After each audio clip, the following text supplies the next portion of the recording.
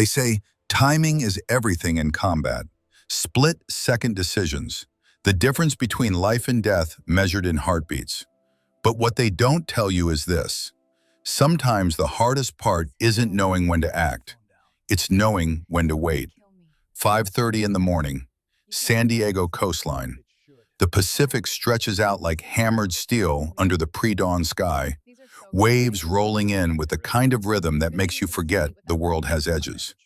A single figure moves along the shoreline path, running. Not jogging, running like something's chasing her, even though nothing is. Reese Hollis, 30 years old, 5'7", lean muscle wrapped around a frame that's seen things most people only watch in movies.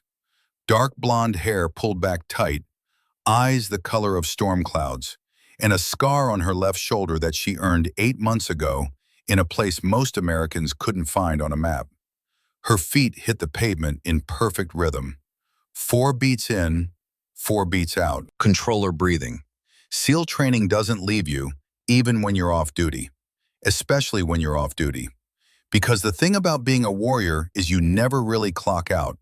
The war just moves from out there to in here. And the only weapon you have left is discipline. Mile 3. Sweat streams down her temple.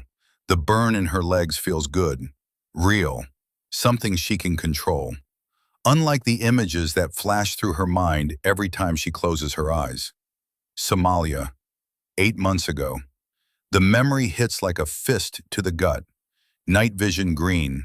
The compound walls. Corporal Jackson moving up on her 6. The plan was simple. Breach at 0300. Intel said the target would be vulnerable, but Reese saw an opening 30 seconds early. One guard fell asleep, the window cracked open, and she made the call.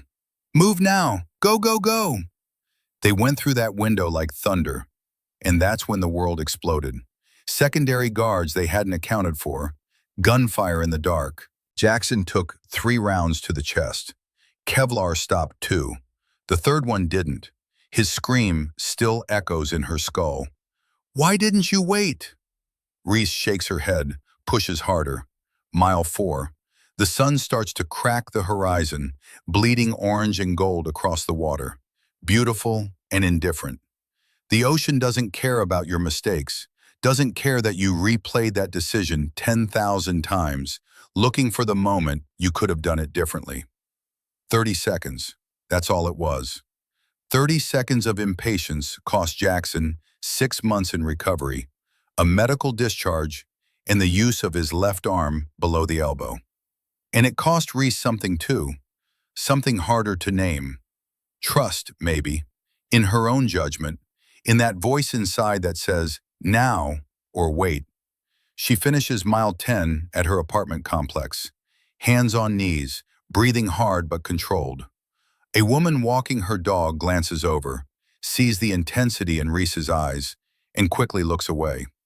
People do that. They sense in operators, something that doesn't fit in the civilian world, something that makes them uncomfortable. Reese doesn't notice. She's already moving toward the door. Her apartment looks like a hotel room where someone forgot to check out.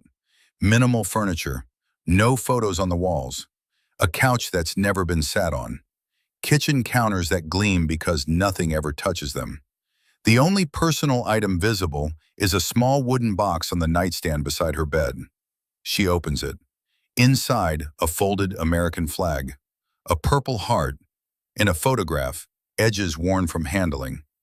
A Marine captain in dress blues, strong jaw, kind eyes, smiling like he knows something the camera doesn't. Captain Douglas Hollis, United States Marine Corps, killed in action, Fallujah, Iraq, November 15, 2006. Reese was 12 years old. She touches the photo once, closes the box, heads for the shower. The water runs hot enough to hurt. She stands under the spray and stares at the tile wall, where 4 words are carved in permanent marker, small enough that a landlord would never notice. Timing is everything. She carved those words 3 years ago, after her first successful mission. A reminder, a mantra. But lately it feels more like an accusation. 7:15. Reese is in full uniform now, crisp, professional. The Navy SEAL trident pin on her chest catches the light. She looks in the mirror one more time. The woman staring back looks ready, composed, in control. But Reese knows the truth.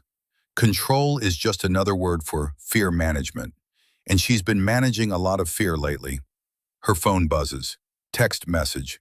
0830. Voss wants you. Bring coffee.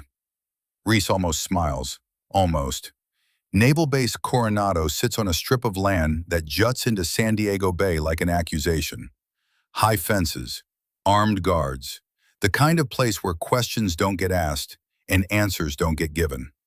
Reese drives through the main gate, flashes her ID, and doesn't make eye contact with the MP who waves her through.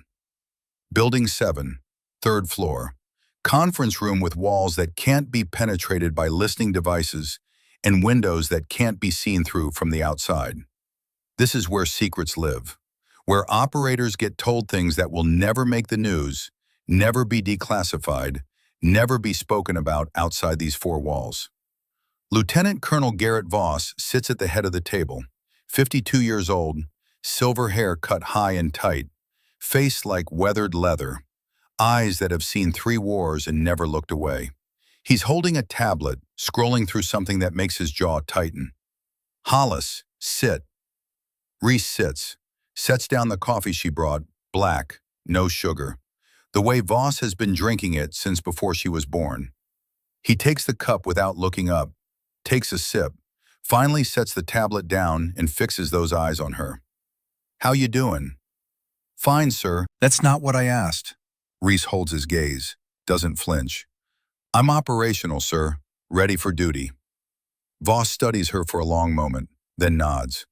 Good, because we've got a situation. He slides the tablet across the table. Reese picks it up. The screen shows a surveillance photo of a man walking into a coffee shop. Mid-40s, broad shoulders, military-bearing even in civilian clothes, salt and pepper hair, eyes that scan the environment like he's counting exits. Vincent Cade, Voss says, former Army commander, Ranger qualified, did 2 tours in Iraq, 1 in Afghanistan, decorated, respected. Then 4 years ago, he got himself court-martialed for selling military-grade weapons to a private contractor without authorization. Dishonorable discharge, lost his pension, lost his family. Wife divorced him, kids won't take his calls. Reese scrolls through the file. What's he doing now? That's the question. FBI flagged him 3 weeks ago. He's been meeting with other disgruntled ex-military, small groups, always in public places, always careful. No electronic communication we can intercept. But the pattern is clear. He's organizing something. Organizing what? Voss takes another sip of coffee. We don't know, but intel from an FBI informant says it's happening this week. Los Angeles area. Something big. Something that's supposed to send a message. Reese looks back at the photo. There's something in Cade's eyes. Not rage, not desperation. Something colder, more calculated. The look of a man who's made peace with whatever he's about to do. You want me to surveil? Already have a team on him, but he's smart. He spotted them twice, shook them both times. That's where you come in. Voss leans forward. He doesn't know you. You go in close, eyes on, see what he's planning. But Hollis, his voice drops. Observe only. Do not engage. Do not intervene. Not without direct authorization from me. Understood? Reese nods. But something in her chest tightens. Observe only. Understood, sir. Good. He's in LA right now, downtown. We think he's making a move today. You've got 2 hours to get there. Voss stands. And Hollis, this isn't Somalia. You follow the timeline. You wait for my call. Nobody needs to be a hero today. Reese meets his eyes. Yes, sir. But as she walks out of that room, tablet in hand, coffee going cold on the table behind her, a small voice in the back of her mind whispers, what if the timeline is wrong again? What if waiting costs lives? She pushes the thought away, gets in her car, starts driving north. Los Angeles is 2 hours away, and Vincent Cade is already there. 10:15 in the morning, downtown Los Angeles. The kind of heat that makes the air shimmer above the pavement like a liquid mirage. Reese sits in an unmarked sedan, parked across from Pacific Trust Bank. Engine off, windows cracked, eyes on the front entrance. The bank is nothing special. Mid-sized regional branch, beige stone facade, glass doors. A few customers trickling in and out. Normal, boring. Exactly the kind of place you wouldn't expect something to happen. Which is exactly why something's about to happen. Reese watches through compact binoculars, radio earpiece in her left ear, tuned to FBI surveillance frequency. So far, nothing, just traffic noise. The occasional chatter from agents positioned 3 blocks over. Then she sees him, Vincent Cade, walking down the sidewalk like he owns it. Long coat despite the heat, hands in pockets, eyes forward. He pauses at the crosswalk, waits for the light, crosses with the flow of pedestrians. Completely normal, completely controlled. And that's what makes Reese's instincts scream. A man planning a robbery doesn't walk like that. He doesn't wait for crosswalk signals. He doesn't make eye contact with strangers. He moves like he's trying not to be seen. But Cade? Cade moves like he's supposed to be here, like he belongs. Reese keys her radio.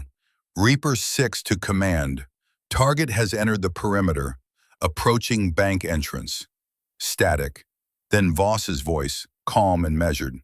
Copy that. Maintain surveillance. Do not approach. Copy. Cade reaches the bank doors, pulls one open, steps inside, disappears into the cool darkness beyond the glass. Reese lowers the binoculars, counts to 10. Her training tells her to wait, follow protocol, let the surveillance team do their job. But that same instinct that got Jackson shot is firing again, louder this time. Something's wrong. She can feel it. The way Cade moved, the coat in summer heat, the absolute confidence. This isn't reconnaissance, this is execution. Reese looks at the radio in her hand, thinks about calling it in, thinks about Somalia, thinks about 30 seconds. Then she opens the car door and steps out into the heat. Inside the bank, the air conditioning hits like a blessing. Reese keeps her movements casual. Just another customer. She's wearing jeans, a dark gray hoodie, and a baseball cap pulled low. Glock 19 tucked into the small of her back, concealed under the hoodie. To anyone watching, she's nobody.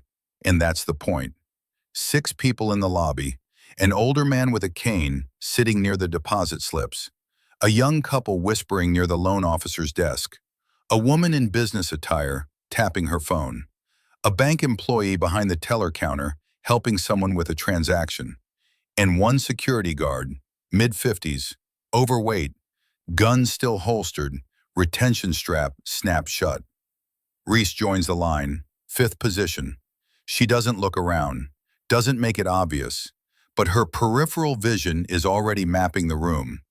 2 exits, front door, reinforced glass, electronic lock, back door through the vault area, likely alarmed. 4 cameras, 2 covering the teller line, 1 at the entrance, 1 watching the vault. No blind spots. Whoever planned this security system knew what they were doing.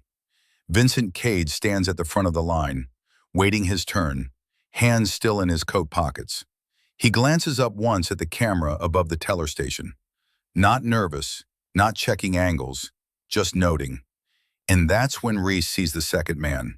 He's standing near the bathroom hallway, mid-30s, muscular, short hair, wearing a maintenance uniform that looks just slightly wrong. Too clean, too new. He's not doing anything, just standing there, but his eyes are moving, counting people, measuring distances. Reese's pulse kicks up a notch. She shifts her weight slightly, feeling the Glock press against her spine. Training takes over. Threat assessment. Cade. Primary threat. Military experience. Likely armed. High capability. Maintenance guy. Secondary threat, probable partner, unknown skill level. Security guard, non-factor. Too slow, too complacent. Civilians, 6 potential hostages if this goes bad. The line moves forward. The older man with the cane stands slowly, joins the queue behind the businesswoman. Reese notices the pin on his jacket lapel. Veterans Affairs, Gulf War era, probably 70s. He moves with the careful dignity of a man whose body has betrayed him, but whose spirit hasn't. Something about him reminds her of her father, the way he stands, the quiet pride. The teller finishes with her customer, waves the next person forward. Vincent Cade steps up to the counter, and that's when Reese sees it. The maintenance guy moves, not toward the bathroom, toward the front door. His hand comes out of his pocket holding something small and metallic. For a second, Reese thinks it's a weapon. Then she realizes it's a deadbolt override key. He slides it into the external lock mechanism on the front door. Smooth, practiced, and with a heavy mechanical click that echoes through the lobby, the door locks from the inside. The security guard looks up. "Hey, what are you?" Too late. The maintenance guy is already behind him. One hand on the guard's shoulder, the other near his holstered weapon. Not threatening yet, just controlling space. The guard freezes, smart enough to know when he's outmatched. Vincent Cade turns away from the teller. His hands come out of his coat. And the thing everyone feared but nobody expected becomes real. He's holding a Remington 870 shotgun. Pump action, 12 gauge. The kind of weapon that doesn't leave room for negotiation. Nobody moves. His voice is calm, not loud, not aggressive, just absolutely, terrifyingly certain. The lobby goes still. Someone gasps. The businesswoman drops her phone. It hits the floor with a plastic crack that sounds like a gunshot in the sudden silence. Vincent racks the shotgun. The metallic ch-ch is the only sound in the world. "This is not about you," he continues. Same tone, like he's explaining something simple to children. "This is not personal. We are here for a reason. And if you cooperate, if you stay calm, if you do exactly what we tell you, nobody gets hurt." A third man appears from the back hallway, younger, mid-20s, nervous energy radiating off him like heat. He's carrying an AR-15, but his grip is wrong, too tight, finger too close to the trigger. Amateur, dangerous for all the wrong reasons. Reese catalogs it all. 3 hostiles, Cade, professional. Maintenance guy, experienced. Young guy, liability. She doesn't move, doesn't reach for her weapon. Not yet, because the math is simple and brutal. 3 armed men, 6 civilians, enclosed space. If she draws now, people die. Maybe her, probably civilians. Definitely the wrong play. So she does what SEALs do when the situation is wrong. She waits, she watches, and she breathes. 4 seconds in, 4 seconds out, the maintenance guy forces the security guard to his knees. Hands behind his head. The guard complies without a word. Good. Smart. Stay alive first. Be a hero, never. Vincent addresses the room again. "Phones! Now! On the floor in front of you. Do it slowly." One by one, people comply. The businesswoman, the couple, the teller behind the glass. Phones clatter to the tile floor like offerings to an angry god. The young guy with the AR-15 moves down the line, collecting them, shoving them into a canvas bag. He gets to Reese, looks at her. "Phone." She reaches slowly into her hoodie pocket, pulls out her cell, drops it at her feet. He picks it up, moves on, doesn't notice the tension in her shoulders. Doesn't see the way her eyes track his weapon, counting the distance, calculating angles. Vincent steps forward now, shotgun cradled professionally across his chest. His eyes sweep the room, landing on each person, measuring, assessing, and then they land on Reese. She doesn't look away, doesn't drop her gaze, and for just a moment, something flickers in Vincent's expression. Not recognition, not suspicion, just curiosity. You. Reese doesn't respond. You're very calm, Vincent says. Most people are crying by now, shaking. But you, he takes a step closer. You're just standing there, like this is boring. The maintenance guy looks over. Boss? She's either stupid, Vincent continues, or she's dangerous. Let's find out. He nods to the maintenance guy. Without a word, the man crosses the room and takes Reese's arm. Not rough, not gentle, just firm, controlled, military grip. She doesn't resist, lets herself be pulled forward, out of the line, into the center of the room. Right under the skylight, right where everyone can see. Vincent circles her slowly, studying. What's your name? Silence. I asked you a question. Does it matter? Reese's voice is quiet, steady. Vincent stops in front of her, and for the first time, something like respect enters his eyes. No, I suppose it doesn't. He reaches into his coat again. Reese's muscles coil, every instinct screaming to move, to strike, to end this before it escalates. But she holds, waits. Vincent pulls out a knife. Soag Seal Pup, 7-inch fixed blade, black, non-reflective finish, straight edge with partial serration. The kind of knife designed for one purpose, efficient lethality. He doesn't threaten with it, doesn't wave it around, just holds it low, relaxed, then brings it up slowly. Places the edge against Reese's throat, right above the collarbone, right where the carotid artery pulses beneath skin. The steel is cold, precise. The edge is sharp enough that she can feel it without pressure. Sharp enough that a 1/4 inch of force would open her up like a letter. Vincent leans in close, whispers but loud enough for the room to hear. This is insurance. You move, you bleed. They move, you bleed. Simple math. Reese doesn't flinch, doesn't swallow, doesn't blink, because any of those movements would shift her throat against the blade, would show fear, would give him power. Instead, she breathes, 4 in, 4 out, and she analyzes. Blade, 7 inches, full tang, weight approximately 8 ounces, straight edge optimized for penetration, not slashing. Vincent's positioning, right-handed, dominant hand on weapon, left hand free for balance. Stance, squared shoulders, weight distributed evenly. Combat stance, but static, not dynamic, means he's committed to holding this position. Weakness, his thumb. It's pressed too hard against the spine of the knife, overcompensating for stress. If pressure increases, his grip will fatigue. 30 seconds, maybe 45. Wrist angle, 35 degrees inward.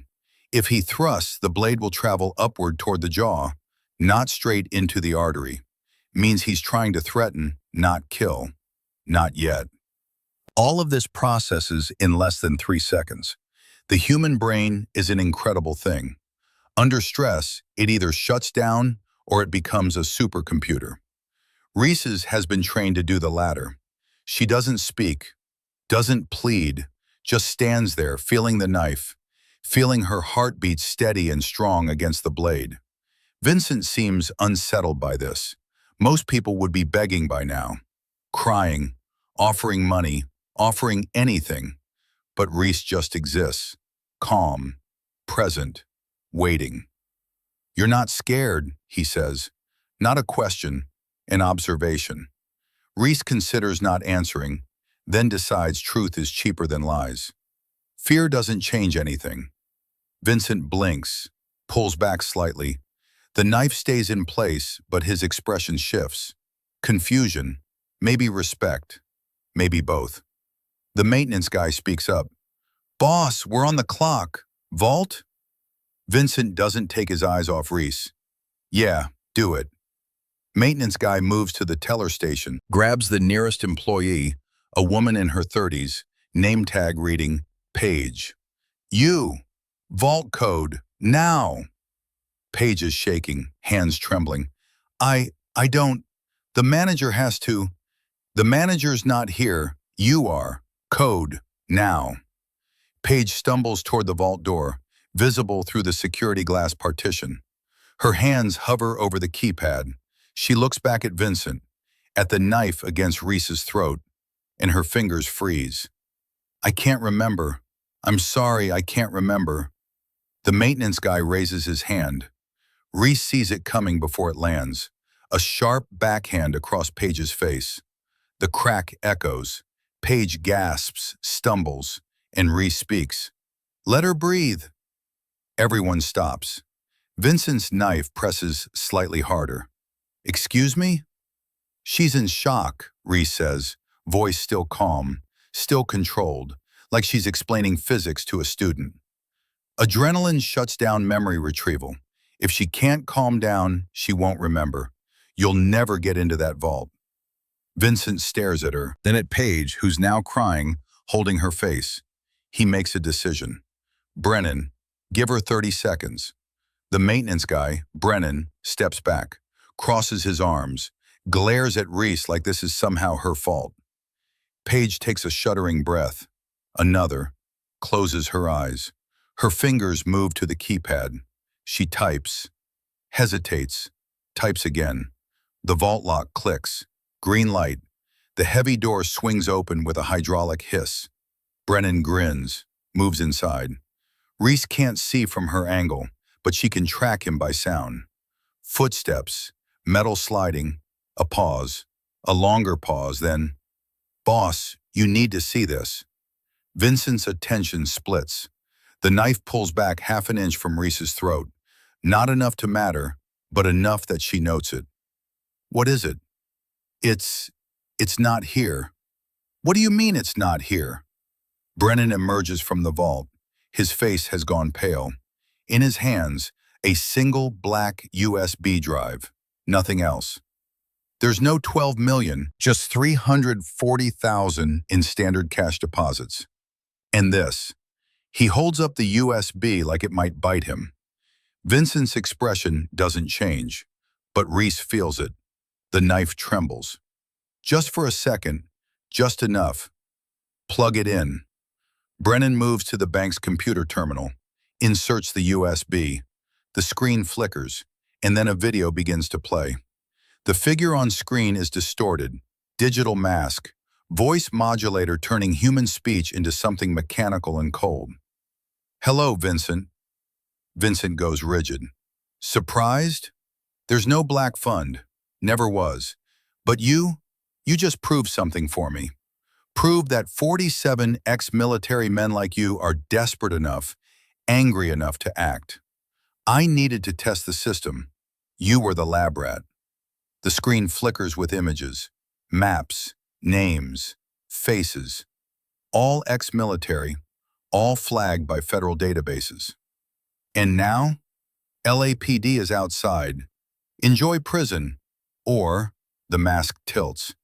Take the other option.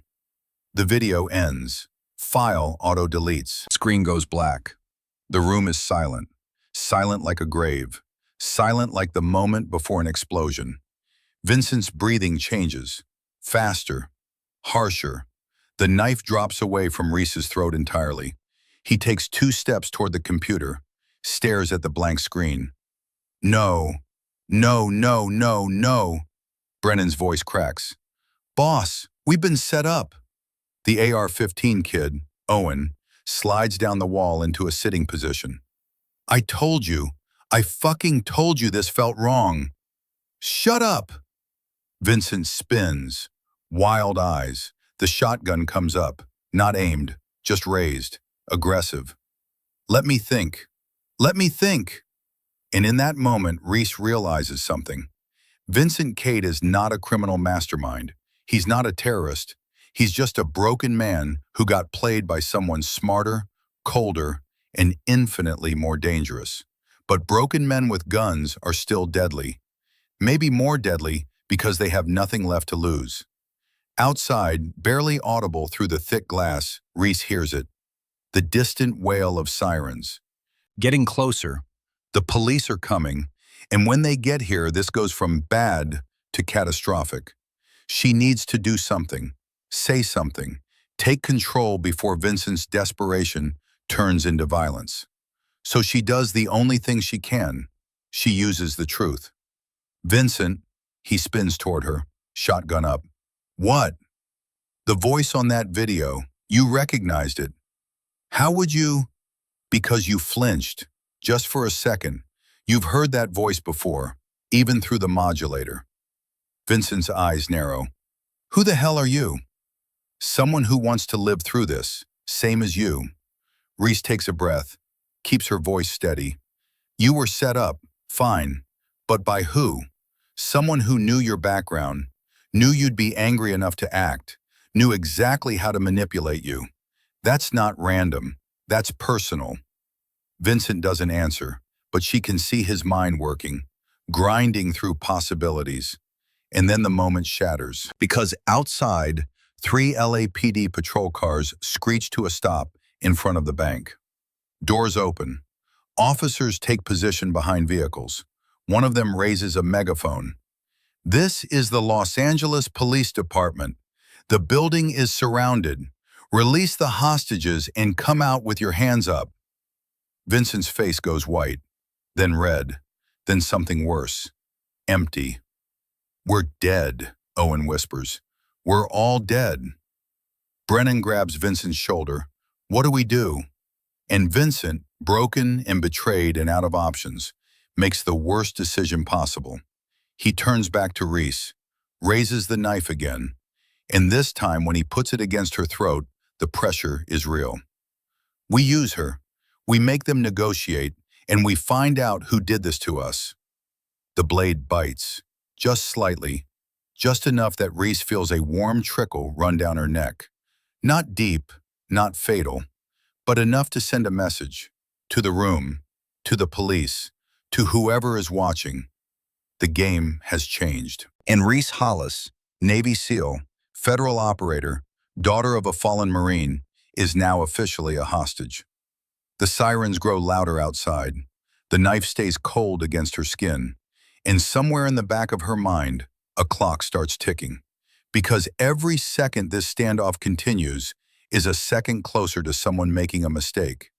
And in situations like this, mistakes don't wound, they kill. Vincent leans close, whispers in her ear, I'm sorry, but I need you to be afraid now. I need them to think I'll do this.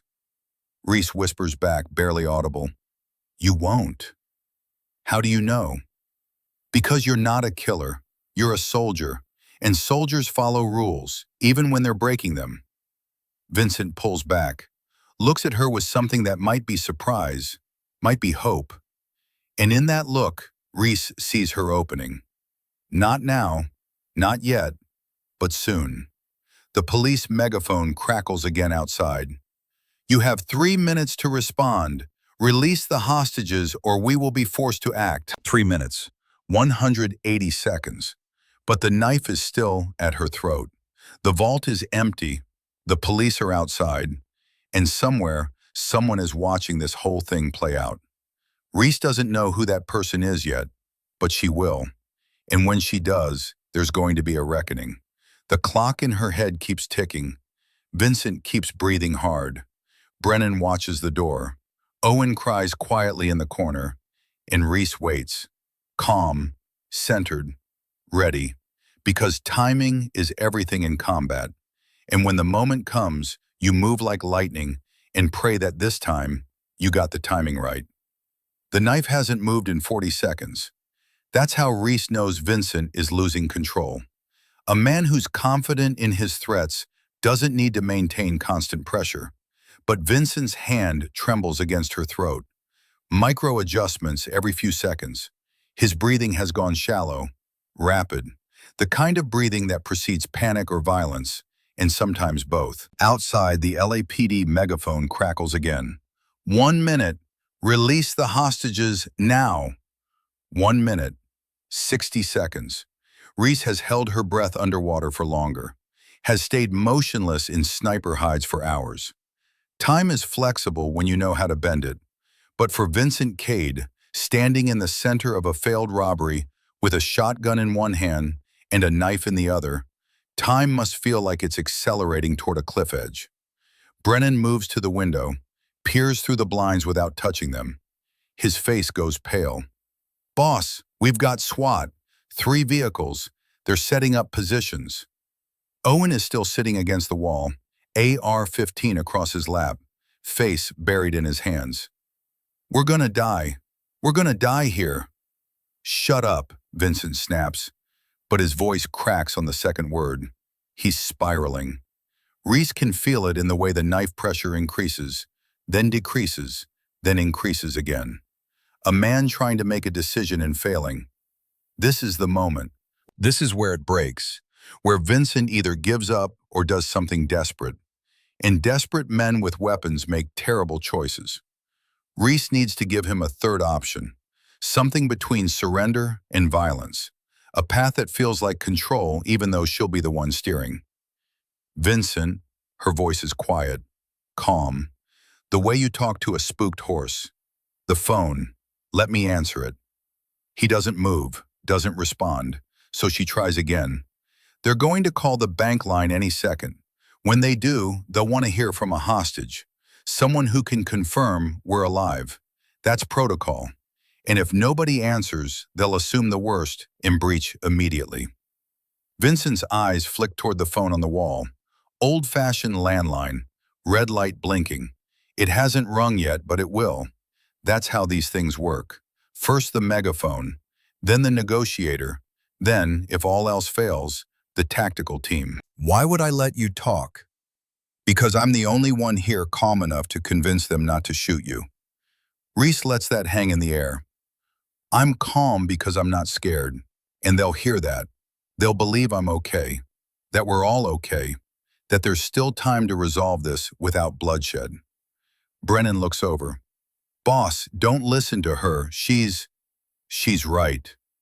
Vincent's voice is flat, empty, like he's already given up but his body hasn't gotten the message yet. "They will breach if we don't respond, and when they do, we all die." The phone rings, sharp, electronic. Everyone in the room flinches except Reese. Vincent looks at the knife in his hand, at Reese's throat, at the phone. 3 seconds pass. 4. 5. The phone keeps ringing.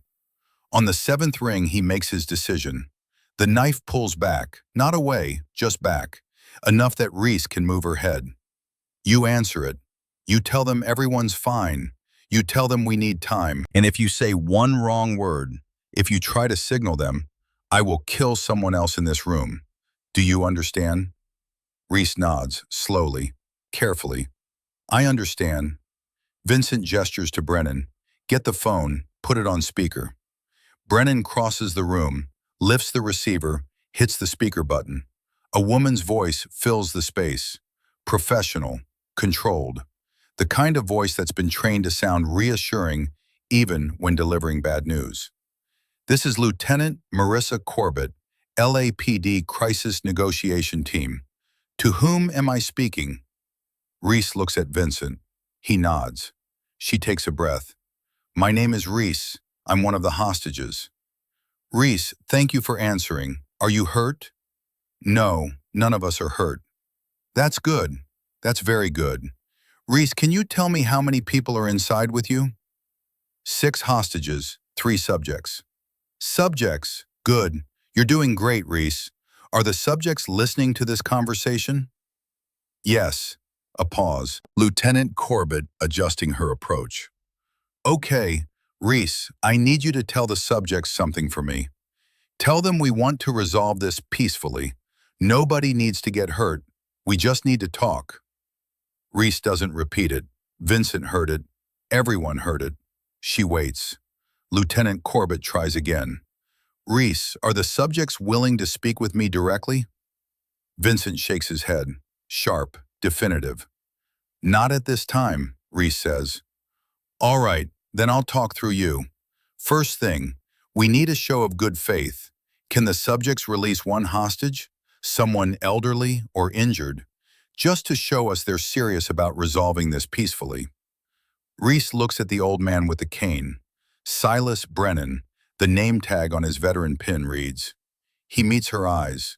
There's something in his gaze, not fear, recognition, like he's seeing past the surface of her to something underneath. Vincent follows her look, considers, then shakes his head again. No, we release someone, you breach. That's how this works. Reese doesn't transmit that. Instead, she says, they need more time. They're willing to negotiate, but they're not ready to release anyone yet. Understood. What do they need, Reese? What would make them feel safe enough to start releasing hostages? Vincent steps closer to the phone, speaks loud enough for the microphone to pick up. We need information. We need to know who set us up. Someone fed us false intelligence. Someone wanted us here. Find out who that is, and we'll talk about hostages. A longer pause this time. Corbett conferring with someone off mic, then, That's a complex request. We'll need time to investigate. Can you give us a time frame? An hour? 2 hours?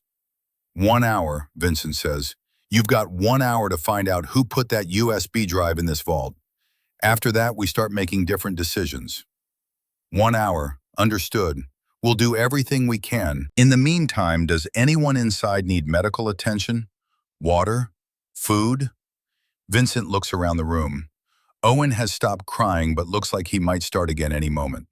The couple, Emma and Nolan Hayes, are holding each other near the loan officer's desk. The businesswoman is sitting on the floor now, arms wrapped around her knees. Paige, the teller, is behind the counter, tissue pressed to her face where Brennan hit her. Silas is still standing, leaning heavily on his cane. We're fine, Vincent says. Just find out who did this to us. We will. I promise we will. Reese, you still there? I'm here. You're doing great. Stay calm. Stay safe. We're going to get everyone out of there. I promise. The line goes dead. Brennan hangs up the receiver. The silence that follows is somehow louder than the conversation was. Vincent backs away from Reese, sits on the edge of a desk, shotgun across his lap, head in his hands. The knife is still in his right hand, but it's pointing at the floor now. Forgotten. Or maybe just too heavy to hold up anymore. 1 hour, he mutters. 1 hour and they'll know. They'll tell us. And then we figure out what comes next. Reese doesn't point out the obvious, that LAPD isn't going to find answers in 1 hour because they don't even know what questions to ask yet. That Vincent has just bought them time to prepare a tactical breach, not time to investigate a conspiracy. That in 60 minutes those windows are going to shatter and flashbangs are going to turn this lobby into a war zone. Unless she can change the equation. She moves slowly toward the center of the room, not approaching Vincent directly, just positioning herself where she can address everyone. Can I check on the others? Make sure everyone's okay? Vincent looks up, studies her for a long moment, then nods. Don't try anything. I won't. Reese moves to Paige first, kneels beside the teller counter. The woman's cheek is red, swelling already forming. Let me see. Paige lowers the tissue. The skin is split slightly. Not bad. Not good. It hurts. I know, but you're going to be fine. The swelling will go down. Just keep pressure on it. Reese's voice is gentle. The same voice she uses with civilians in combat zones. People who've seen violence, but aren't built for it. You did good with the vault. You stayed calm. That probably saved your life. I couldn't remember the code. I thought he was going to kill me. But he didn't, because you took a breath. You gave yourself time. That's smart. That's survival. Reese squeezes her shoulder once. Keep doing that. Keep breathing. This will end. She moves to Emma and Nolan next. The couple is still holding each other. Emma's eyes are red from crying. Nolan looks angry and helpless in equal measure. You two okay? Emma nods, can't seem to speak. Nolan does it for her. We're not hurt, just scared. That's normal. Fear is your body trying to keep you alive. Listen to it, but don't let it control you. Reese glances at Emma's hand, resting on her stomach. Protective. Unconscious. the gesture of a woman who's carrying something precious. You're pregnant. Emma's eyes widen. How did you? The way you're sitting, the way you're breathing. How far along? 8 weeks. We just found out. Emma's voice breaks. I don't want my baby to grow up without parents. They won't. You're both going to walk out of here, I promise. Reese has no right to make that promise. Can't guarantee it. But sometimes people need to hear the lie more than they need to hear the truth. Sometimes hope is the only weapon that matters. She moves to Silas next. The old veteran is still standing, stubborn, proud, refusing to show weakness even though his knuckles are white from gripping the cane. Mr. Brennan, you should sit. I'm fine standing. Your leg is shaking. You need to conserve energy. We don't know how long this will last. Silas looks at her for a long moment, then slowly lowers himself onto a chair near the deposit slips. The relief on his face is immediate. You remind me of someone. Do I? A Marine captain I served with, long time ago, Gulf War. He had that same look in his eyes, like he was always 3 steps ahead of everyone else, just waiting for them to catch up. Reese's chest tightens. What was his name? Douglas Hollis, hell of an officer, died in Iraq, 2006, Fallujah, threw himself on a grenade to save his unit. Silas's eyes search her face. You wouldn't happen to be related, would you? The room tilts slightly. Reese steadies herself, keeps her voice level. He was my father. Silas's expression shifts. Surprise, then understanding, then something that looks like grief. Jesus, you're Douglas's girl, the one who wanted to be a Marine. I joined the Navy instead. He'd be proud either way. You have his eyes. And his calm. He was like that too, never rattled. Even when everything was falling apart, Douglas knew what to do. Silas pauses. That's why you're so calm now, isn't it? You know how this ends. Reese doesn't answer. Can't answer. Because if she admits what she is, if she confirms what Silas is already thinking, everything changes. Vincent will know she's not just a hostage. Brennan will know. Owen will know. And federal operators don't get to be hostages. They get to be threats. And threats get eliminated. But before she can deflect, Silas speaks again, louder this time, loud enough for Vincent to hear. Vincent Cade, I know who you are. Vincent's head snaps up. Old man, I told you to. I know who you are because I know your service record. 2nd Ranger Battalion, Iraq, 2004, Afghanistan, 2009. You were decorated, Silver Star, Bronze Star with Valor. You were a good soldier, a damn good soldier. Silas leans forward on his cane. And I know this woman. Not personally, but I knew her father, Captain Douglas Hollis. And if Douglas's daughter is standing here, calm as a Sunday morning, with a knife at her throat and a gun in the room, there's only one explanation.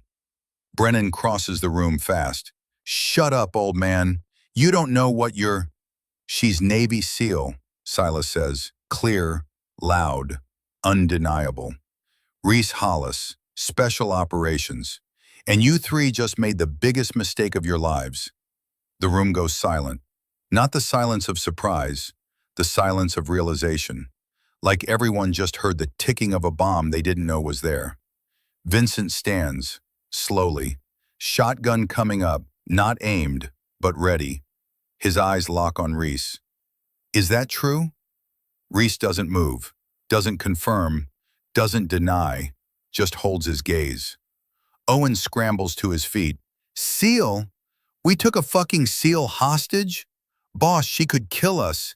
She's probably been waiting this whole time to... I could have killed you 10 minutes ago, Reese says quietly, when Vincent lowered the knife. When Brennan turned his back. When you put the AR-15 down to wipe your eyes. I had 3 clear opportunities. I didn't take them. You know why? Nobody answers. Because killing you doesn't save them. She gestures to the hostages. Doesn't save the pregnant woman. Doesn't save the old veteran who served with my father. Doesn't save the bank teller or the couple or anyone else in this room. All it does is start a gunfight in an enclosed space with civilians in the crossfire. And I'm not willing to trade their lives for yours. Vincent's hands are shaking now, visible tremors. You've been lying this whole time. You're not a hostage. You're, what, undercover? Surveillance? I was surveillance. Then you locked the doors, and I made a choice. I could have identified myself immediately, could have tried to stop you before this started. But 3 armed men against 1, with 6 civilians in the room? The math doesn't work. People would have died, so I waited. And I'm still waiting. For what? Brennan demands. For backup? For SWAT to breach? For you to figure out you're not the villains in this story. You're the pawns. Reese takes a step forward. Vincent raises the shotgun higher, but she doesn't stop. Someone used you, fed you false intelligence, planted that USB drive, made you think there was money here when there never was. And they did it for a reason, not to steal, to test, to prove that ex-military personnel can be radicalized, weaponized, and deployed. You're not robbing a bank, you're starring in someone's social experiment. That's insane, Owen whispers. Is it? Think about it. Who has access to classified information? Who could fabricate treasury documents? Who could plant evidence in a secured vault? Not a random criminal. Someone inside the system. Someone with authority. Someone who needs to justify budget increases, expanded surveillance, maybe a whole new task force to monitor veterans. What better way to get funding than to prove the threat is real? Vincent lowers himself back onto the desk. The shotgun barrel dips toward the floor. He looks like a man who's just been told his entire life was a lie, which, in a way, he has. You're saying someone in the government did this? To frame us? I'm saying someone with resources and access did this. Could be government, could be private contractor, could be someone inside military intelligence. But whoever it is, they know you. They know your history, your anger, your vulnerabilities, and they played you perfectly. Brennan slams his fist against the wall. So what, we're just supposed to surrender? Go to prison for a crime we didn't even get to commit? No, you're supposed to help me find out who did this, because they're not going to stop with you. If this works, if they prove that veterans can be radicalized this easily, there will be more operations, more setups, more men like you getting used and discarded, unless we stop it now. Vincent looks up at her. Why would you help us? We took you hostage, put a knife to your throat. Because my mission isn't to arrest you. It's to identify and neutralize threats to national security. And right now, the biggest threat isn't 3 desperate ex-soldiers. It's whoever's pulling the strings. Reese pauses. But I can't do it alone, and you can't do it from prison. So we work together, figure out who did this, and we make sure they answer for it. And then what? We still go to jail. Probably, but as witnesses, not terrorists. Reduce sentences, maybe even immunity if you cooperate fully. It's not freedom, but it's better than life without parole. Reese looks at each of them in turn. And it's better than dying today when SWAT breaches in. She checks the wall clock. 43 minutes. The room holds its breath. Vincent's finger moves closer to the shotgun trigger. Not pulling, just resting. The line between talking and shooting is thinner than paper now. Boss, Brennan whispers, we need to. I said shut up. Vincent's voice cracks. The shotgun trembles. Reese sees it.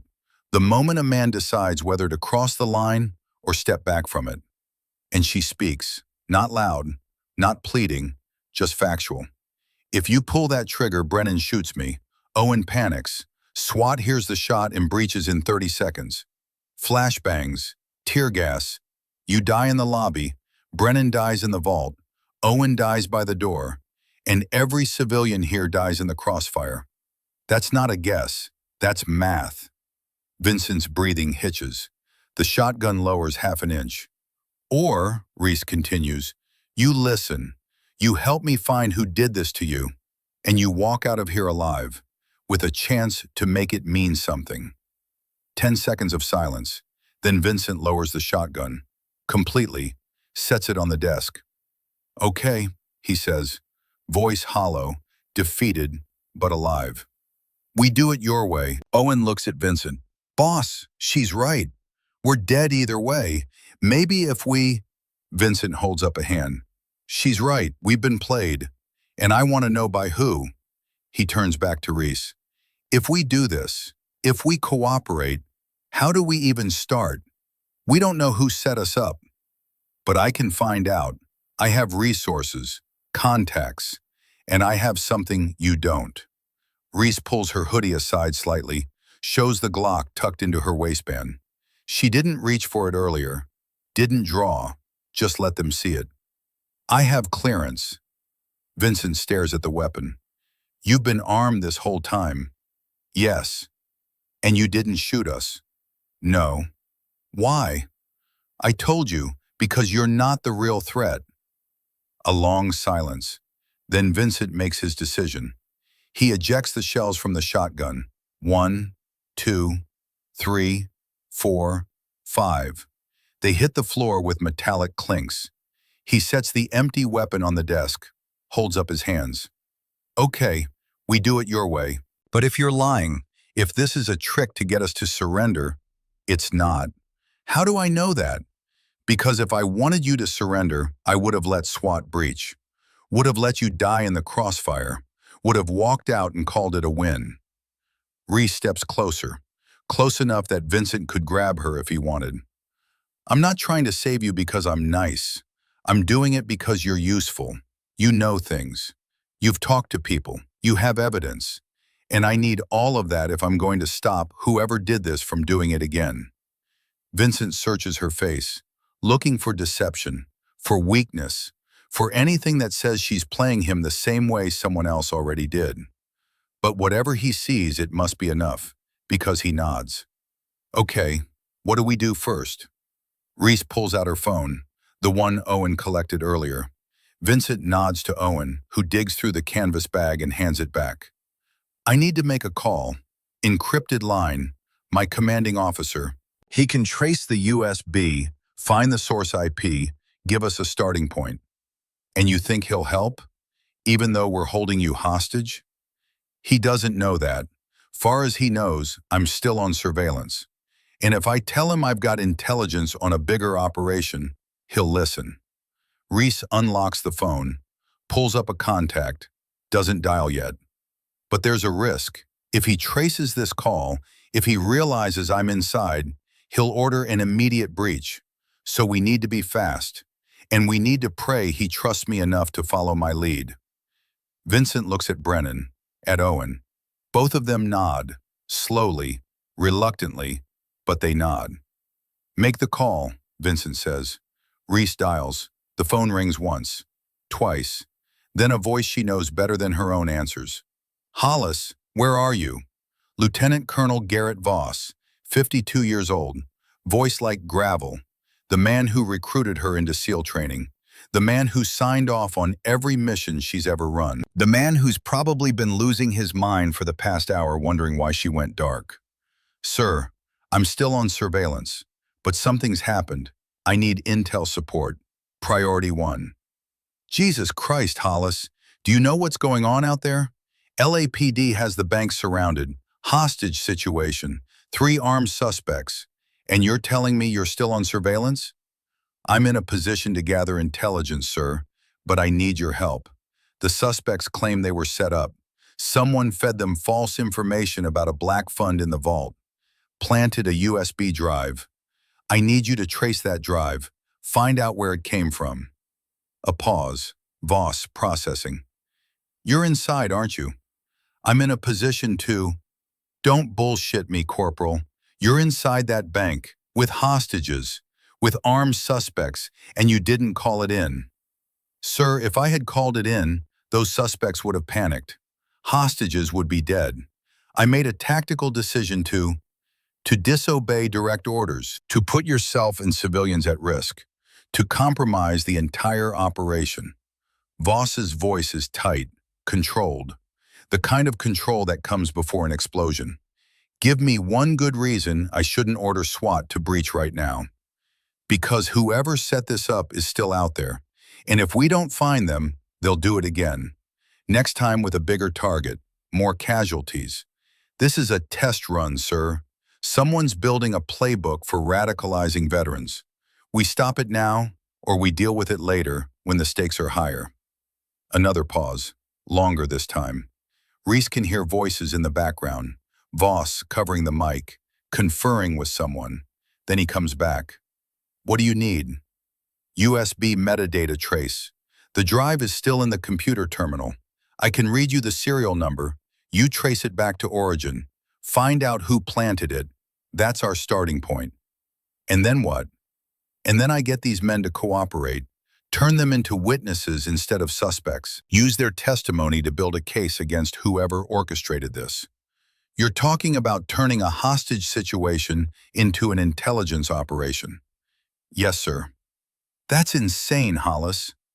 Yes, sir, but it's the right play. Voss sighs, the sound of a man who knows he's about to make a decision that could end his career. Give me the serial number. Reese crosses to the computer terminal. The USB is still plugged in. She reads off the number stamped on the side. Uniform, Sierra, Bravo, 57, Alpha, 3299er. Copy. Stand by. The line goes quiet. Not dead, just waiting. Reese can hear keyboard clicks. Someone running a database search. 30 seconds pass. 45. A full minute. Then Voss comes back, and his voice has changed. Gone cold. Dangerous. Trace complete. IP origin is Naval Special Warfare Command, Coronado. Building 7, 3rd floor. Office subnet 192.168.50.12. Reese's blood goes cold. That's our building. Gets worse. That subnet belongs to Captain Everett Crane. 2 levels above me. Direct report to the Admiral. Reese closes her eyes, thinks through the implications. Captain Everett Crane. She's met him twice. Both times briefings. Both times he seemed professional, competent, unremarkable. The kind of officer who moves paper and makes policy and never gets his hands dirty. But if Voss is right, if that IP trace is accurate, then Crane isn't just making policy, he's making pawns. Why would he do this? Don't know yet, but I'm going to find out. In the meantime, you need to extract. Get those hostages out. LAPD is getting antsy. Sir, I need more time. If we extract now, Crane goes underground. We'll never prove what he did. And if you don't extract, people die, including you. Is that a trade you're willing to make? Reese looks around the room, at Emma with her hand on her stomach, at Silas with his cane, at Paige holding her bruised face, at Vincent standing with empty hands and hollow eyes, at Brennan and Owen, both of them looking like they just woke up from a nightmare and aren't sure it's over. I need 30 minutes, that's all. 30 minutes to get these men on record, get their testimony, find out what Crane promised them, who else he contacted, what his endgame is. 30 minutes, sir. Then I'll extract. You have my word. Your word isn't worth much right now, Hollis. I know, sir, but it's all I've got. Voss exhales slowly. 30 minutes. But if anything goes wrong, if anyone gets hurt, this is on you. Understand? Yes, sir. And Hollis, when this is over, you and I are going to have a long conversation about following orders. Looking forward to it, sir. The line goes dead. Reese lowers the phone, looks at Vincent. Captain Everett Crane, Naval Special Warfare Command. He's the one who set you up. Vincent's face goes through several emotions in rapid succession. Shock, anger, recognition. Crane, I know that name. You've met him? 2 years ago, he came to a veteran support meeting I was attending. Said he was researching the needs of discharged personnel. Asked a lot of questions about money, resources, grievances. I thought he was trying to help. Vincent laughs bitterly. He was taking notes, building profiles, figuring out who he could use. Did he contact you directly? No, but someone did. Anonymous messages, encrypted, claimed to have inside information about black funds, off-book operations, money that was being hidden from congressional oversight. They said if I wanted justice, if I wanted to expose the system, all I had to do was prove the money existed, physically go to a vault and document it. And you believed them. I wanted to believe them. That's different. Vincent sits heavily. After I got discharged, I lost everything. My wife, my kids, my purpose. And then someone offers me a chance to matter again, to expose corruption, to get revenge on the system that threw me away. Of course I believed them. I needed to believe them. Reese understands. She's seen it before. Broken men given purpose by people who don't have their best interests at heart.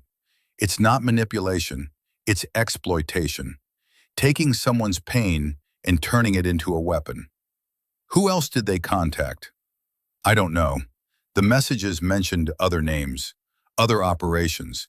They said this was just the beginning, that if I succeeded, there would be more. Bigger actions, more exposure, but they never gave me details. Did you save the messages? They auto-deleted after I read them, but I saved the encryption key. Figured I might need proof later if things went wrong. Vincent pulls a small notebook from his pocket, handwritten numbers. It's all in here. Reese takes the notebook, photographs every page with her phone, sends them to Voss in an encrypted message. This is good. This is evidence. Crane can't delete this. Owen speaks up. So what happens now? We just give up? Let them arrest us? You cooperate. You testify. You tell them everything Crane said, everything his proxy said, every detail you remember. And in exchange, you get deals. Reduced sentences, maybe even witness protection if Crane was working with others. Brennan shakes his head. We're still going to prison. Yes, but you'll be alive. And you'll know that the man who used you is going to prison too. That's something. Vincent stands, walks to the window, looks out at the SWAT vehicles, the police barricade, the world waiting to crash down on them. I was a good soldier once, did everything right, followed orders, believed in the mission, and look where it got me. You're still a good soldier, Reese says quietly. Good soldiers adapt. They recognize when they've been outmaneuvered, and they make the hard choice to save who they can, even if it costs them everything. Vincent turns, looks at her, really looks at her. Your father, Silas said he threw himself on a grenade, saved his unit. That's what they told me. You think he was scared in that moment? Reese considers the question, thinks about the man in the photograph, the Marine captain with the kind smile, the father who taught her to ride a bike and tie her shoes and stand up for what's right, even when it's hard, especially when it's hard. I think he was terrified, but he did it anyway. That's what makes it brave. Vincent nods slowly. Yeah, I guess it does. He turns to Brennan and Owen. We're done. We surrender, cooperate fully, and we make sure Crane pays for what he did. Brennan looks like he wants to argue, but whatever he sees in Vincent's face stops him. He just nods. Owen's crying again, but he's nodding too. Vincent walks to the phone, picks up the receiver, dials. Lieutenant Corbett, this is Vincent Cade. We're coming out. All hostages unharmed. We surrender unconditionally. A pause, then Corbett's voice, professional relief bleeding through. That's good to hear, Vincent. That's the right choice. Here's how this is going to work. You're going to send the hostages out first, one at a time, hands visible. Then you and your associates will exit last. No weapons, hands behind your heads. Do you understand? I understand. Give us 5 minutes to prepare, then we'll start. Vincent hangs up, looks at Reese. Thank you. Don't thank me yet. You've still got a long road ahead. I know, but at least now it feels like the right road. Reese moves to the hostages. Okay, we're getting you out. Paige, you first, then Emma and Nolan, then the others. When you go through those doors, keep your hands up, move slowly, do exactly what the police tell you. Understand? They nod, relief and fear mixing on their faces. The end is coming. But endings can be just as dangerous as beginnings if you're not careful. 5 minutes later, Paige walks out the front door, hands high, moving carefully. The police pull her behind the barricade. Emma and Nolan go next, then the businesswoman, then the young man who'd been sitting silently the entire time, then Silas, moving slow on his cane, but dignified, proud. He stops at the door, looks back at Reese. Your father would be proud. Thank you, Mr. Brennan. Silas, just Silas. He smiles. See you on the other side, Corporal. Then he's gone, and it's just Reese, Vincent, Brennan, and Owen. The four of them standing in an empty bank lobby that feels too big now, too quiet. Vincent picks up the shotgun, still empty. He hands it to Brennan. Surrender this outside. Tell them it was never loaded. It was loaded when we came in. But I unloaded it. That matters. Shows we de-escalated on our own. That should count for something. Vincent looks at Owen. You okay, kid? Owen wipes his eyes. No, but I will be. Maybe. That's all any of us can hope for. They walk to the door together, Vincent in front, Brennan and Owen behind. They step out into the sunlight, hands behind their heads. SWAT moves in fast, tackles them, cuffs them, shouts and orders in the machinery of law enforcement grinding forward. Reese waits inside, alone. She could walk out now, identify herself, get medical treatment for the small cut on her throat, file her report. But she stays, just for a moment, looking at the empty lobby, the overturned chairs, the phones scattered on the floor, the vault door still standing open. Her phone buzzes, text from Voss. Crane's been taken into custody. NCIS is executing a warrant on his office now. Good work, Hollis. Now get the hell out of there. Reese almost smiles. Then she walks to the door, steps out into the chaos. A paramedic tries to grab her. She waves them off, walks straight to Lieutenant Corbett, who's standing behind a police cruiser, radio in hand. Lieutenant, Corporal Reese Hollis, Navy SEAL, federal operator. I need to speak with your commanding officer immediately. Corbett stares. You were inside. You were a hostage. I was never a hostage. I was working. Reese pulls out her military ID, shows the SEAL trident. And we just stopped something a lot bigger than a bank robbery. So if you'll excuse me, I have a report to file. And then I have a very long conversation with my CO that I'm not looking forward to. She walks past Corbett, past the SWAT team, past the news cameras that are just starting to arrive. And she doesn't look back. The drive back to Coronado takes 90 minutes. Traffic, construction, the usual chaos of Southern California freeways. Reese drives with the windows down, letting the wind pull at her hair, letting the noise drown out the thoughts that want to surface. The cut on her throat has stopped bleeding, just a thin line now. A reminder, in a week it'll be gone. In a month she'll forget it was ever there, but she won't forget the knife. Won't forget Vincent's hands shaking. Won't forget the moment Silas said her father's name and the entire room shifted. Some memories don't fade. They just move deeper, settle into the foundation of who you are, and change the way you stand. Her phone rings through the car's Bluetooth. Voss. She answers without hesitation. Sir, where are you? 20 minutes out. Good. Come straight to Building 7. Conference room. We need to debrief before NCIS gets here. They're coming to Coronado? They're already here. Crane's office is a crime scene now. They found encrypted communications, offshore account transfers, contact lists with over 60 names. This thing is bigger than we thought. Voss pauses. You did good work today, Hollis. Reckless, insubordinate, but good. Thank you, sir. Don't thank me yet. You're still in deep trouble, but we'll sort that out after.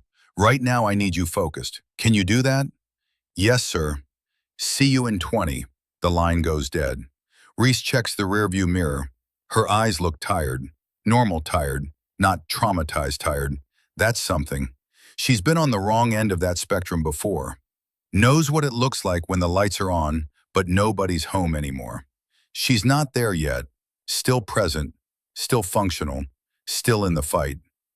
Naval Base Coronado appears on the horizon. High fences, guard towers, the kind of security that makes civilians nervous and operators feel at home. Reese flashes her ID at the gate. The MP waves her through without comment. Either he doesn't know about the bank, or he's been told not to ask questions. Probably the latter. News travels fast on a military base, but orders travel faster. Building 7 looks the same as it did this morning. Same concrete, same narrow windows, same door that requires a key card and a thumbprint to open. But everything feels different now. This morning she walked through that door thinking about surveillance, about following orders, about doing her job quietly and going home. Now she's walking through it knowing that someone inside these walls, someone with rank and clearance and authority, turned veterans into pawns. Use the system against the people who served it. And that changes everything. The conference room on the 3rd floor is occupied. Voss sits at the head of the table. Next to him, a woman Reese doesn't recognize. Mid-40s, dark suit, federal badge clipped to her belt. NCIS special agent, if Reese had to guess.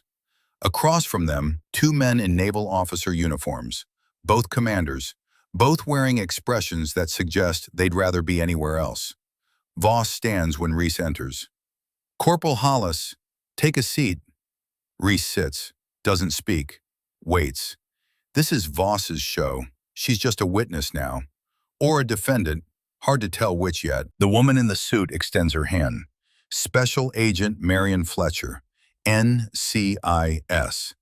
I've been briefed on what happened today. Impressive work. Dangerous, but impressive. Reese shakes her hand. Firm grip. Professional. Thank you, ma'am. I'm going to need a full statement. Every detail from the moment you entered that bank until the moment you exited. But before we get to that, I need to ask you something directly. Fletcher's eyes are sharp, intelligent, the kind of person who doesn't miss details. Did you at any point coordinate with Vincent Cade prior to today? Any contact, any communication, anything that might suggest you were working together? No, ma'am. I was assigned to surveil him. I had no contact before today. But you disobeyed orders and entered the bank. I made a tactical decision based on real-time intelligence. You made a reckless decision that could have gotten you and 6 civilians killed. Reese holds Fletcher's gaze. But it didn't. Everyone lived. And we identified Captain Crane as the architect of a domestic terrorism operation. If I'd stayed in the car, Cade and his team would have been arrested or killed. Crane would have covered his tracks, and we'd never know how deep this goes. Fletcher leans back. You're right, which is the only reason you're sitting here and not in a holding cell. But let's be clear. What you did today violated protocol, chain of command, and about a dozen regulations I can cite from memory. You're lucky it worked out. Luck had nothing to do with it. One of the commanders clears his throat. Reese recognizes him now. Commander Hayes. She's seen him in briefings, never spoken directly. Corporal, what made you suspect Captain Crane specifically? The USB trace gave you a location, but Crane's office is one of 15 in that subnet. Why were you so certain it was him? Reese considers the question. Thinks back to the video, the modulated voice, the phrasing, the way the person spoke. The video mentioned 47 names. That's specific, too specific to be random. Someone with access to veteran databases would know exactly how many people fit the profile Crane was looking for. And the way the voice spoke, the language used, it wasn't street level. It was institutional, someone used to giving orders, not taking them. That's not evidence, Hayes says. No, sir, but it was enough for me to act on, and it was right. Voss cuts in. Agent Fletcher, what can you tell us about Crane's operation? How far did this go? Fletcher opens a folder, slides out photographs, surveillance images, screenshots of encrypted messages, bank records. Captain Everett Crane has been under investigation for 9 months. Started with financial irregularities. $8.7 million missing from classified operational funds. We thought it was embezzlement, simple theft. But as we dug deeper, we found something worse. Crane wasn't stealing the money for himself. He was using it to fund an operation. What kind of operation? Reese asks. Radicalization research. Crane believed that the biggest domestic security threat wasn't foreign terrorism. It was disaffected veterans. Men who served their country, got discharged, and felt betrayed by the system. He theorized that with the right manipulation, these men could be turned into domestic terrorists. Weapons aimed at government institutions, banks, federal buildings. He wanted to prove it, and he needed test subjects. The room goes cold. Voss's jaw tightens. He used our own people, soldiers who trusted the system, and he turned them into lab rats. Essentially, yes. Crane identified 63 candidates nationwide, men with dishonorable discharges, financial problems, and documented grievances against the military or federal government. He made contact through anonymous channels, fed them false intelligence, promised them justice, exposure, revenge. Vincent Cade was one of 3 who actually followed through. The others either ignored the messages or reported them to authorities.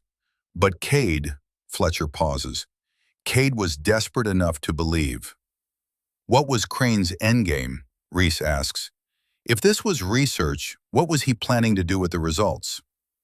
Fletcher slides another document across the table.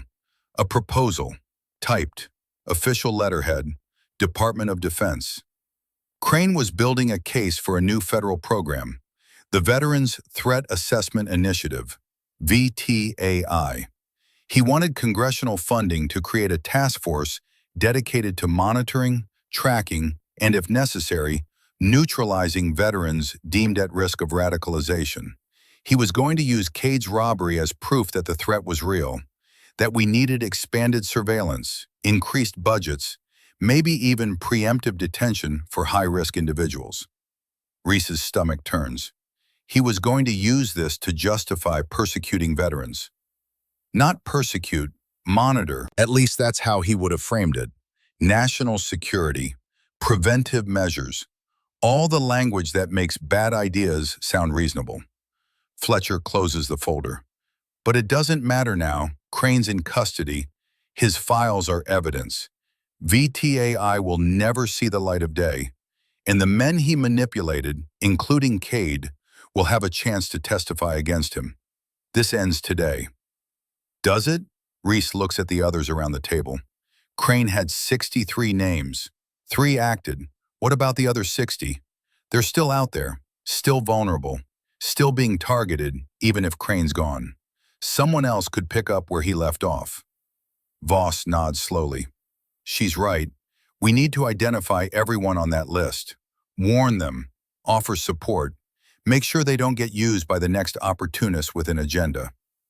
Already in progress, Fletcher says. FBI's coordinating with VA hospitals, veteran support organizations, local law enforcement. Everyone on Crane's list will be contacted within 72 hours. Offered counseling, financial assistance, whatever they need. We're not abandoning them again. The second commander speaks up. What about public exposure? This is going to be a media nightmare. Navy captain running a domestic terrorism experiment? The press will eviscerate us. Let them, Voss says flatly. We screwed up. One of our own went rogue. We own it, and we fix it. That's how this works. Fletcher stands. I need to get back to Crane's interrogation. He's lawyered up, not talking, but we have enough evidence to bury him without a confession. Corporal Hollis, I'll need you to come by our field office tomorrow morning. 9 a.m. We'll take your full statement then. Yes, ma'am. Fletcher leaves. The two commanders follow. And then it's just Reese and Voss. The silence stretches, uncomfortable. Voss pours himself coffee from a pot that looks like it's been sitting since morning. Doesn't offer any to Reese. Just drinks and stares at the wall like it might tell him something useful. Finally, he speaks. You could have died today. Yes, sir. You could have gotten civilians killed. Yes, sir. You disobeyed direct orders, went dark, inserted yourself into a hostile situation without backup or authorization. Do you understand how many regulations you violated? Several, sir. Voss turns to look at her. So why did you do it? Reese considers the question, the real question. Not why did you break the rules, but why did you think breaking them was worth it? Because waiting felt wrong. Because every instinct I have said, if I didn't act in that moment, people would die. Maybe I was wrong.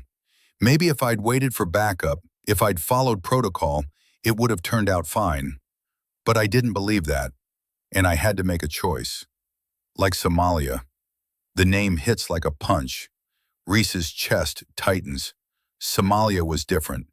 I moved too fast. Didn't wait for the timeline. Jackson paid for that mistake. And today you moved fast again. Didn't wait for authorization. But this time it worked out. So which is it, Hollis? Is your instinct good, or is it reckless? I don't know, sir. That's not good enough.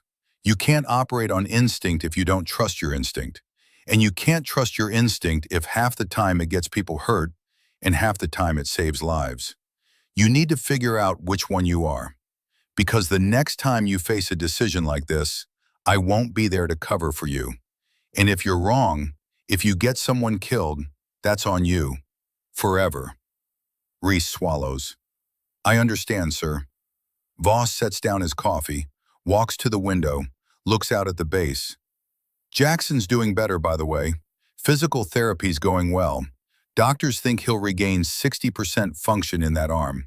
Maybe 70 if he's disciplined about it. That's good. He doesn't blame you, you know. I talk to him every few weeks, check in, see how he's doing. And every time I mention your name, he says the same thing. Tell Reese I'm fine. Tell her to stop carrying it. But you don't stop, do you?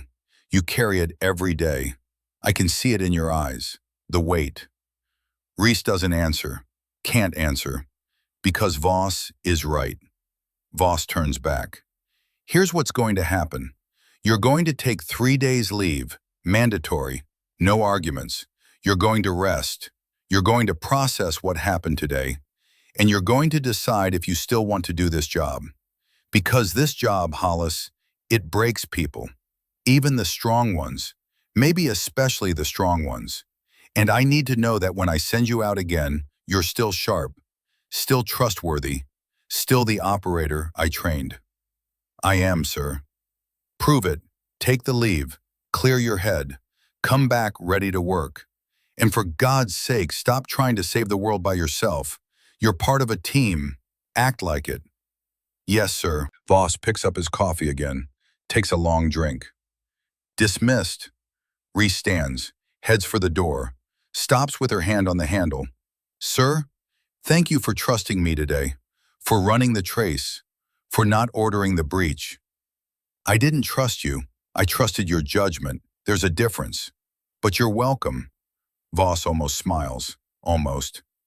Now get out of here before I change my mind and put you on report. Reese leaves, walks through the corridor, down the stairs, out into the fading sunlight. The base is quiet now. End of the day, most personnel already gone home. She stands in the parking lot, keys in hand, and realizes she has nowhere to be. No mission, no assignment, just 3 days of mandatory leave and a head full of questions she doesn't have answers for. Her phone buzzes. Text message. Unknown number. She almost deletes it, then opens it out of habit. Corporal Hollis, this is Vincent Cade. They're letting me send one message before processing. I just wanted to say thank you. You didn't have to help us. Could have let SWAT breach, could have walked away. But you didn't. You gave us a chance. That means something.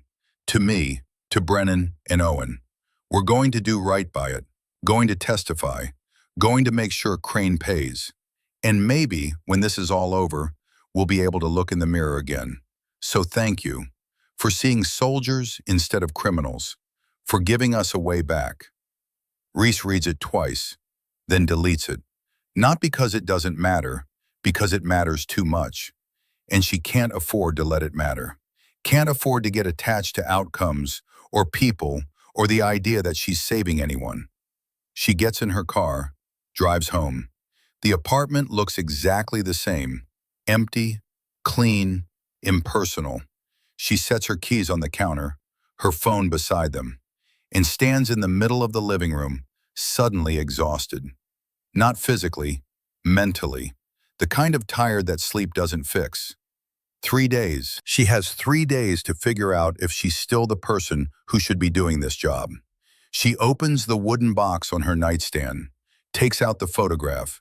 Captain Douglas Hollis, smiling, confident, the kind of man who knew exactly who he was and never doubted it. At least that's how she remembers him. Was it worth it? She asked the photograph. The grenade, the 6 lives you saved versus the one you gave up. Was it worth it? Did you know in that moment that it was the right choice? Or did you just not have time to doubt? The photograph doesn't answer. Photographs never do. But somewhere in the silence, Reese makes a decision. She's going to visit Jackson, tomorrow, face to face. And then she's going to visit her father's grave. She puts the photograph back in the box, closes it gently, changes out of her clothes.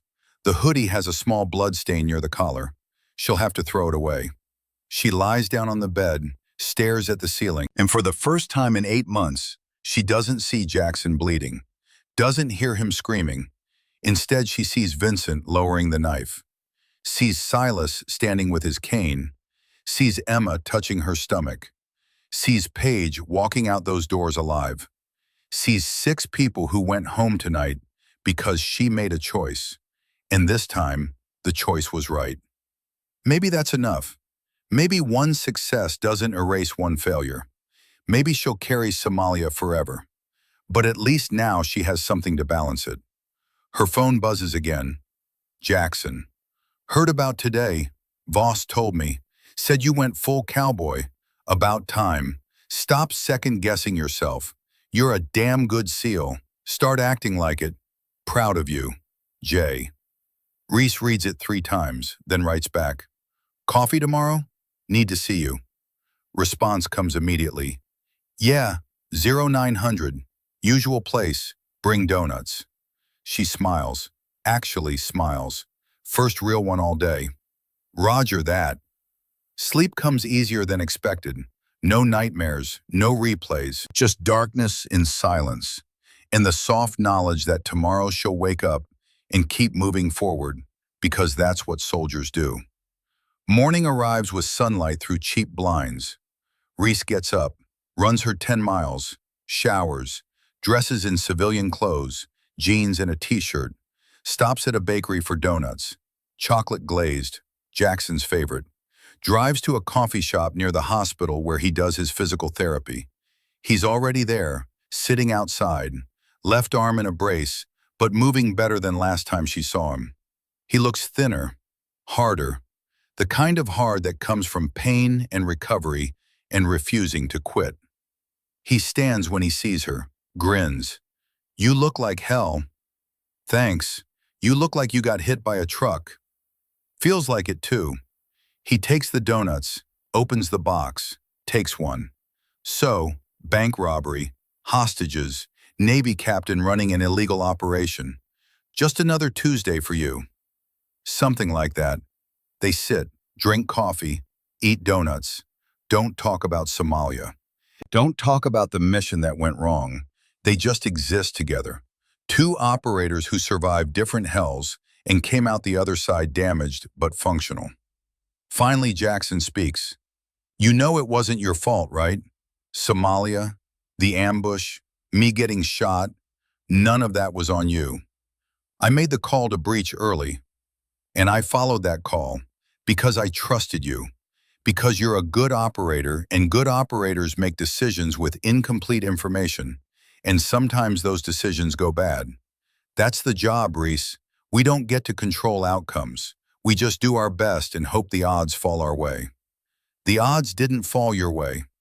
No, but I'm still here, still breathing, still in the fight, just in a different capacity. And you know what I learned in 8 months of physical therapy?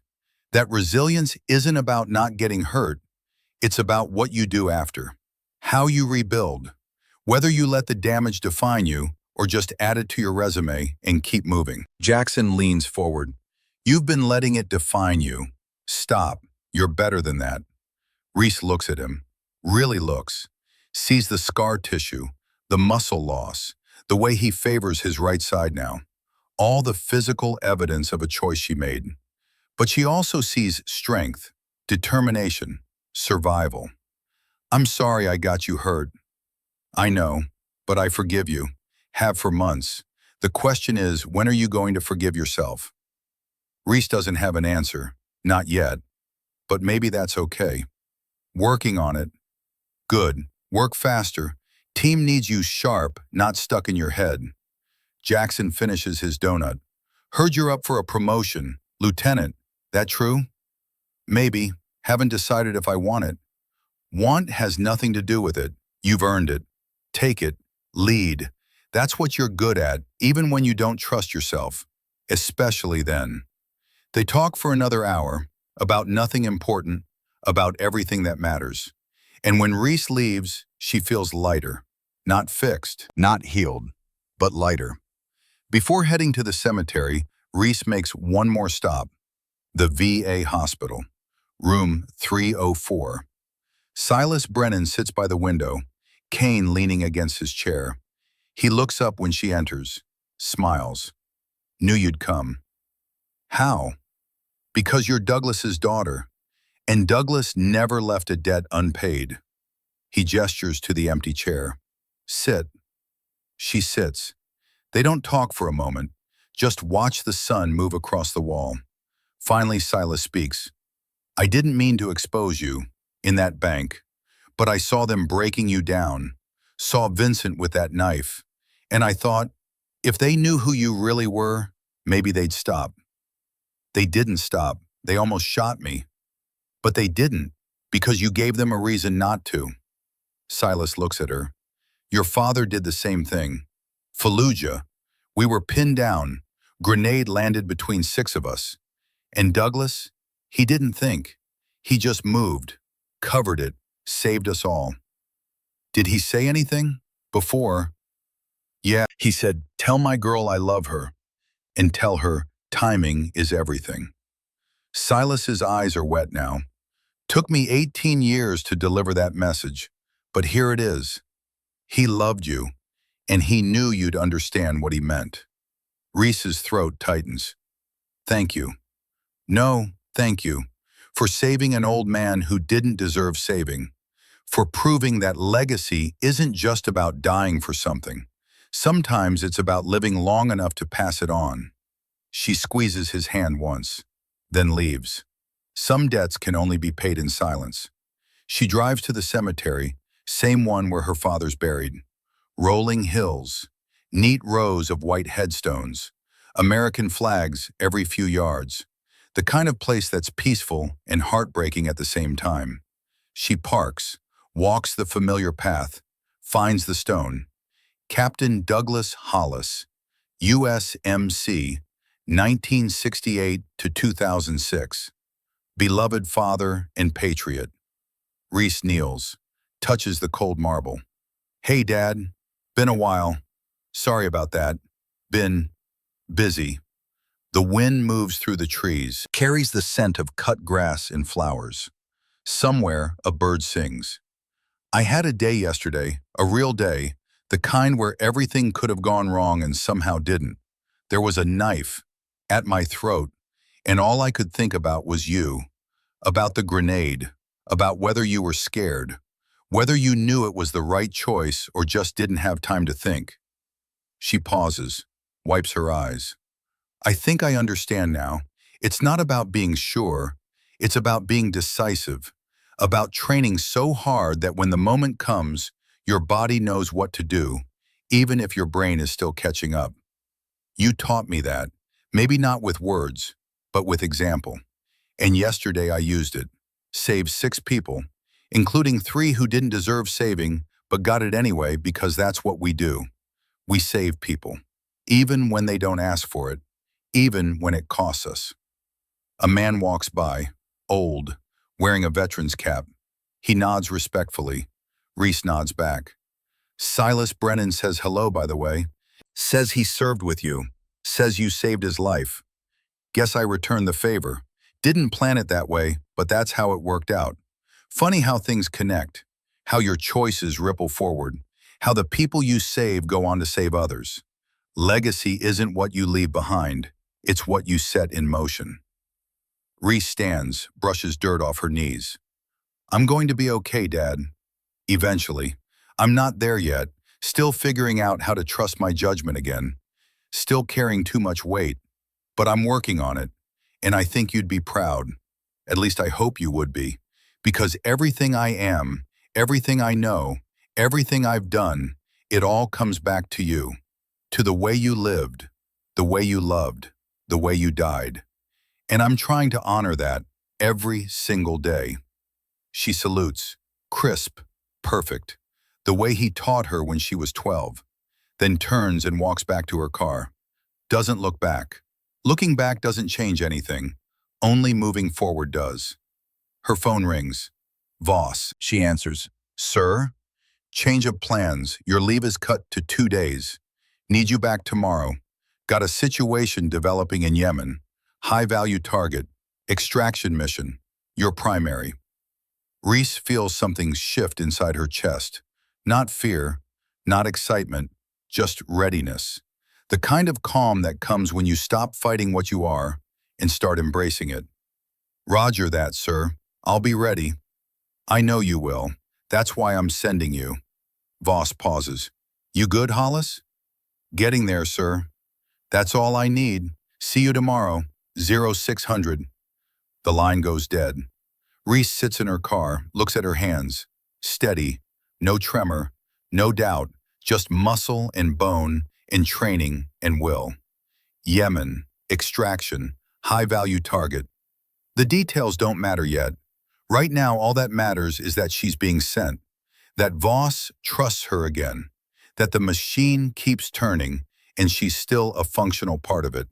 She starts the engine, drives home, spends the rest of the day preparing, cleaning her weapons, checking her gear, running through scenarios in her head, the familiar rituals, the muscle memory of preparation. By the time night falls, she's ready. She lies in bed one last time before the mission, thinks about Vincent in a cell somewhere, waiting for trial, about Crane in another cell, career destroyed, about Brennan and Owen and all the other names on that list who almost became pawns, about Silas and Emma and Paige and all the civilians who went home to their families because she made a choice. And she thinks about her father, about the grenade, about 6 Marines who lived because 1 man died, about the math of sacrifice. She still doesn't have all the answers. Maybe there aren't any. Maybe some questions don't have clean solutions. Maybe you just do your best and hope that when the ledger gets balanced, you've saved more than you've lost. Yemen. Extraction. High-value target. Tomorrow the cycle begins again. But tonight, she rests. Not because the war is over, because she's learned that warriors don't fight every battle in one day. They fight one battle at a time. And today's battle is won. She closes her eyes, breathes deep, 4 in, 4 out. The knife scar on her throat is already fading, but the lesson underneath will never fade. That sometimes the right choice looks like the wrong one. That timing isn't about certainty, it's about trust. Trust in training, trust in instinct. Trust that when the moment comes, you'll know. And she will, because she's her father's daughter. Always forward, never back.